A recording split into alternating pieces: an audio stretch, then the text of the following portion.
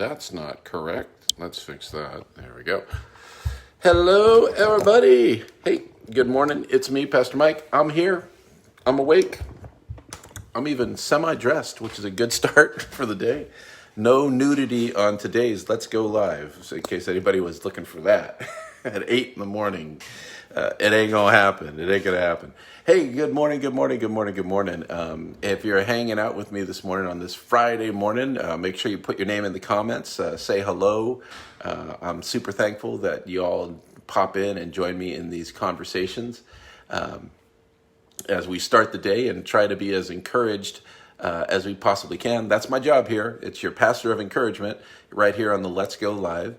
And as we've entered day number 9,421 of well, whatever it is that you're going through, I'm here to kind of hopefully offer you a little bit of a few words of wisdom and a few words of advice, and maybe just start your day with a smile, so you might be able to share that smile with the people around you. And I want to tell you a little story about this wonderful app called Nextdoor. Good morning, Tiffany. Good morning, Chris. Good morning, Dorothy. I'm super excited you guys are hanging out with me. Nextdoor is a social media app that neighbors use to, I would say, rat out other neighbors. It's the best and worst of us. Good morning, Brian. And I found out recently, first that let's just talk about social media. People on social media. People on social media tend to be the worst that they possibly can be.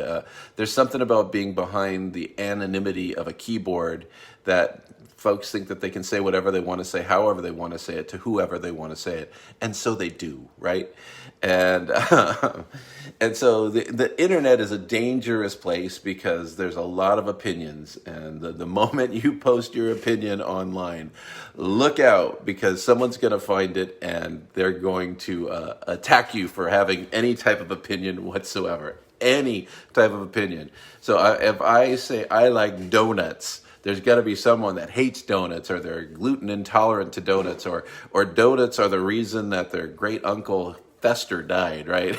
So they'll have a reason why not to like donuts, and then they'll put that in the comments. And then what was just a simple idea, a simple thing, suddenly has become controversial. It's what the internet does. It blows everything up. Hey, good morning, Robert. The internet absolutely just kind of brings out the worst in us, because we're so quick to respond to everything. Our opinion's so important, we got to put it in there and make sure everybody knows. And I kind of fall back to the adage of, if it's not helpful, why are you saying it? If it's not constructive, why are you adding it? If no one's going to listen, why are you going to say it, right? And so Nextdoor is this fantastic app for neighbors to share a little bit of life together, and to hopefully work together to solve problems in their neighborhood, but also to create some real community in their neighborhood so that they might know each other, care for each other, and even care for their neighborhood a little bit better. But often what starts out as a good idea, intention, the intention is good, someone hijacks the direction. And when the direction of something like an internet forum gets hijacked, oh my gosh, look out, look out, look out. It's hilarious. So on Nextdoor, people can ask questions or share their opinions. It's just a kind of like a tiny Facebook community for your neighborhood, for a small area. And some folks know each other, some folks don't know each other.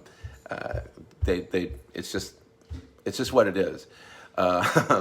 When we were in Texas, we lived where there was a homeowners association, and I kid you not, there was a lady that rode her bike around our neighborhood every day that it was trash day, and took pictures of people's houses who didn't put their trash cans away fast enough. And then within a week, you'd receive a letter from the homeowners association complaining about that. I'm like, wow, that is so not the way to get people to do what you're hoping that they'll do, which is maybe put their trash can away a little faster. Good morning, Gail.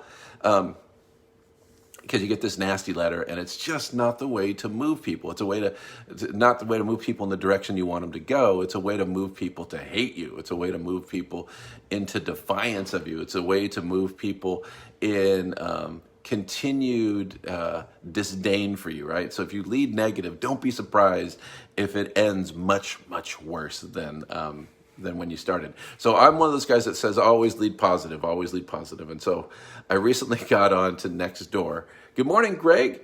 I recently got on the app Nextdoor for my neighborhood, which also includes the church's neighborhood. And I found out that the church has kind of made it into the news on the Nextdoor app, guys. A lot of news and a lot of conversation. And at first I was a little bit concerned, and because you always want to know, right, what people are saying about you, and what people are saying about a place that you work, and a place that is for the community and for the neighborhood and intentionally planted there to be a plus, not a minus. Well, let's see. Someone posted that they could hear the music from our outdoor worship service. And God bless them. God bless them, because apparently it was a little too loud for them and it would disturb them. And so they simply posted online something along the lines of, do you know which church it was that's playing the music loud on Sunday morning? And what happened on the internets, on the interwebs, was some people were super negative and they just went so dark and south. It's like, how dare the church, and blah, blah, blah, blah. And they're not social distancing. And if they need Jesus, can't they just get Jesus at home? And blah, blah, blah, blah, blah, blah, blah. And then there's a whole other community of people going, well, no, the church is supposed to do what they got to do. And they've been stuck inside forever and they need to get out. And this is that they're doing what they can. And it was hilarious, right? It's hilarious because all these people are chiming in and it quickly devolves into a conversation not about noise, but about COVID-19 and masks and Dr. Fauci and political stances and it's like everything now, even church, it's its own form of politics. And I'm like, what is that about? And so I didn't chime in on that. I didn't even touch that one. I let that one go completely let it go. I didn't want to say a single thing on that one. But the one that I did say something about was someone asked, because someone saw a church, I don't know if this was our church, Oceanside, but they said they saw a church in Oceanside worshiping on Sunday morning, and it looked to them like they were gathered outdoors on a lawn. It looked to them like they were outdoors, too close together, and not wearing masks. And all hell was breaking loose on Nextdoor, because again, it turned into this fight about things and people being Karens and all this other stuff about trying to rat people out, and so I read the whole thing. I read through the whole thing and smiled, and I was a little alarmed by what some people said. Good morning, Anna, and so I just chimed in and said, hey, I'm Pastor Mike. I'm the pastor at Oceanside First Pres. I know that's not our church that you're talking about, because our church, for the last month and a half, we've been meeting outdoors on our lawn because we've been blessed with this amazing, beautiful campus and this lush green lawn, so we can meet outside. A lot of churches can't meet at all still because they don't have the space to do that, but we do, and we have like between 80 and 100 people that are coming out every Sunday morning to worship God, and we're really, really sorry, and we do wear masks, and we're really sorry if there are other churches that are out there doing that. But the mandated mask order was only recent, and we're doing social distancing, checking temperatures, and RSVPing, all that good stuff. And then I flipped it, and I just simply said, since we are in your neighborhood, we would love for you to come join us and check us out. And I extended an invitation to come to church at a church that's doing something that they think is wrong, right? So my goal here is to flip this story, flip the narrative, to make it go from a place that's a negative to a positive. And what was crazy about this is a lot of people on that forum and that have chimed in and thanked me, have chimed in and responded in such powerful ways. And I even gotten some what are called personal messages, direct messages not on the board, but just straight to me, and super kind and super thankful. And I bring that to you on our Let's Go because I want to tell you that the attitude that you approach a problem with, right? The attitude from which you approach a problem with is going to determine everything. It will absolutely determine. Now, I don't have any misguided thoughts that this isn't going to go south and someone's not going to attack me or attack the church for doing worship out on Sunday. I know that's going to happen. That's a given. Someone's going to say something crazy and they're just going to go off on it. But I'm not going to be the one that throws gasoline on that fire. I'm not going to be the one that makes a bad situation worse, because I believe it takes two parties to be in conflict, right? I refuse to be the enemy of someone that's trying to make the best decision and they're out of concern for themselves and for others. I'm not their enemy. Neither is the church. The church is not that person's enemy. You will see me when we deal with things in church and we deal with conflict, because I choose not to make people my enemy. I try to figure out how we can ally and move ourselves to the places that we need to be, because the intention, right, is to get something fixed, but often the direction is to fight. Your intention this weekend has to be one to recharge, rest, and find time to worship God. And your direction has to match that. Right? So the folks that were concerned about churches social distancing now are invited to a church that's social distancing. And our whole neighborhood's going to find out about it. And maybe they're going to find out about the Let's Go and that I talked to them online, and maybe someone will post that too and say, hey, check out Pastor Mike. But probably don't post this video. Post another one on there.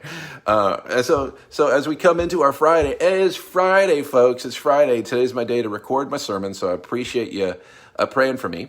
I'm always appreciative of that. It's Ask Me Anything Day, so ask me anything in the comments that you want to ask about life, church, why colors are the colors that they are. You can even ask me things political. I will try to come up with a creative answer if you want to go to there. And I just really want to encourage you to come to church with your words. I want to encourage you to come to church with us this weekend, whether it's in person or online. I am excited about the text we're bringing. It's John 15. And it's a powerful passage. It's a fun passage. I got some good things to share about it, and I want you to be there. And here's the thing. I'll wait for this plane to fly by and crash into my neighbor's house because it's flying really low.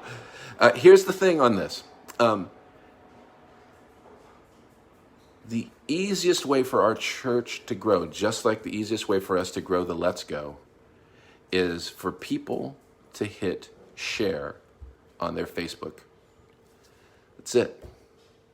It expands the reach of the church by hundreds of people every single time someone hits share. And whether that's sharing the online outdoor service, because it's still online, or it's sharing the beautiful pre-recorded services, if you hit share, if you invite people in, more people get to hear about our church, get to see our church, get to hear the good news, and maybe get to take steps closer to Jesus. Maybe get to be connected to Jesus. And all it takes is someone just to do this, just to push a button. You don't have to say a word. And for me, I just want to be honest and convicted here for a second on Friday. If we can't get you to do this, just to push a button on a screen, how are we going to get you to love people who aren't like yourself? How are we going to get you to love God with all your heart, mind, soul, and strength if you're not willing to just push share? See, my intention is to share the gospel. And the goal of the church is to share the gospel. The goal of the people of God is to share the gospel. And you and I have the ability to do that with a button press right now. Just tapping that share button. I got to encourage you. Have the best Friday you possibly can. Turn that frown upside down. Start smiling like you've never smiled before. People want to know why you have a joy that exists in a time of tension, in a time of strife, in a time of craziness. It's because you got Jesus. You got, you got Jesus and a cuckoo crazy pastor that meets you every morning at 8:15. Excuse me. And so it's time, because I know people have things to do and places they're going. Someone asked, how's my paddleboard going? It's not. I'm still in shoulder pain, so be praying for my shoulder so I can get that fixed. Hit those hearts, hit those likes. Do me a solid. Hit share on this and encourage someone to join us on the Let's Go, or join us at church on Sunday morning at 9, 10, and 11:30. No, that's not right. That's not right. That's not right. I said it wrong. It's at 9, 10, and 10:30. 9, 10, and 10:30. At 9 o'clock's online. 10:30 is online. 10 o'clock is outdoor in person, but it's also broadcast on the Facebook network.